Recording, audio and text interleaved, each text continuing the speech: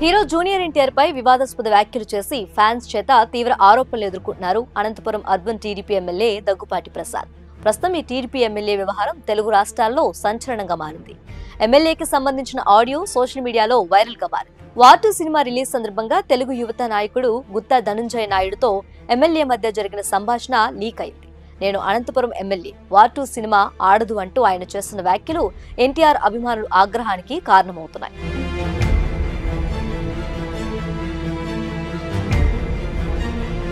ఈ వ్యవహారంపై తీవ్రంగా స్పందించిన అనంతపురం ఎన్టీఆర్ ఫ్యాన్స్ ఎమ్మెల్యే దగ్గుపాటి ప్రసాద్ ఇంటిని ముట్టడించి నిరసన తెలిపారు. ఆయన బ్యానర్లు, ఫ్లెక్సీలను చించేశారు. బాధ్యతాయుతమైన పదవిలో ఉండి నీచమైన వ్యాఖ్యలు చేయటం సిగ్గుచేటు అంటూ మండిపడ్డారు ఫ్యాన్స్.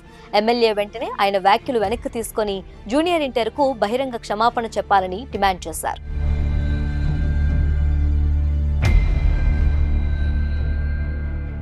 ఇక ఈ అంశంపై స్పందించిన ఎమ్మెల్యే దగ్గుపాటి ప్రసాద్ ఆ ఆడియో కాల్స్ తనవి కావని, ఇవన్నీ రాజకీయ కుట్రలో భాగంగానే చేస్తున్నారన్నారు.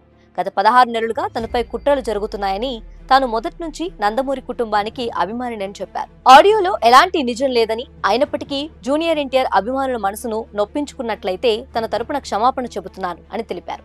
అలాగే ఈ అంశంపై జిల్లా ఎస్పీకి ఫిర్యాదు చేశారని, పోలీసులు దర్యాప్తు చేసి నిజాలు బయట పెడతారని స్పష్టం చేశారు.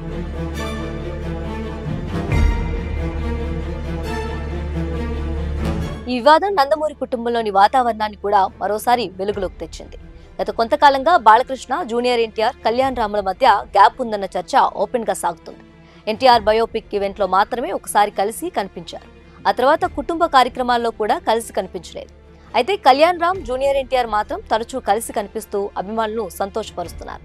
రీసెంట్ గా ఎన్టీఆర్ సైతం వార్ 2 కార్యక్రమంలో మాట్లాడుతూ తనకు సీనియర్ ఎన్టీఆర్ ఆశీర్వాదాలు ఉన్నంత కాలం తనను ఎవరూ ఆపలేరని చెప్పారు.